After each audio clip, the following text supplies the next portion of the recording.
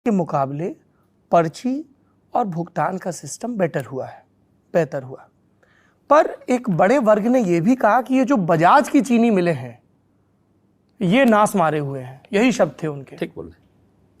देखिए, बजाज ग्रुप की लगभग 15-16 चीनी मिलें हैं जी, उनके अपने इशू हैं जी, लेकिन पहली बार हो रहा है जब समय से उनका भी भुगतान दबाव बना करके सरकार कर रही है, और उनके लिए हमने कानून भी एक बनाया है। जी, सारा पैसा एस्क्रो अकाउंट में उनका जमा किया जाता है जी, और फिर किसानों के खाते में भेजा जाता है।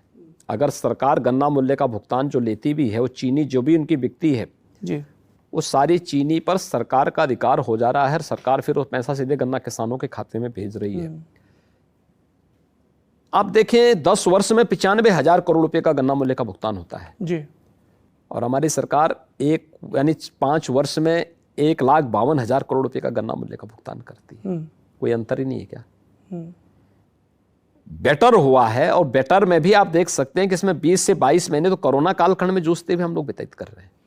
कोरोना कालखंड में एक भी चीनी मिल बंद नहीं हुई, चीनी मिल भी चला रहे हैं, लेकिन साथ साथ किसानों को गन्ना मूल्य का भुगतान भी करवा रहे हैं। पर वही किसान कहते हैं मुख्यमंत्री जी कि प्रधानमंत्री जी ने कहा था कि आय दोगुनी कर देंगे, और गन्ने का रेट आपने चुनावी वर्ष में जाकर बढ़ाया। नहीं, गन्ने का रेट हमने 18 में भी बढ़ाया था, 10 रुपए बढ़ाया था सरकार में आते बढ़ाना चाहेंगे। गन्ने का रेट आप जितना मार्केट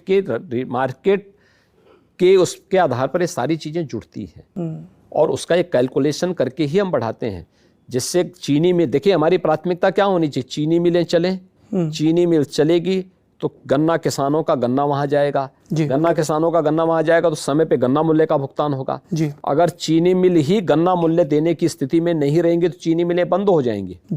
जब चीनी मिलें बंद होंगी तो कहाँ गन्ना जाएगा, कहाँ गन्ना किसान जाएगा।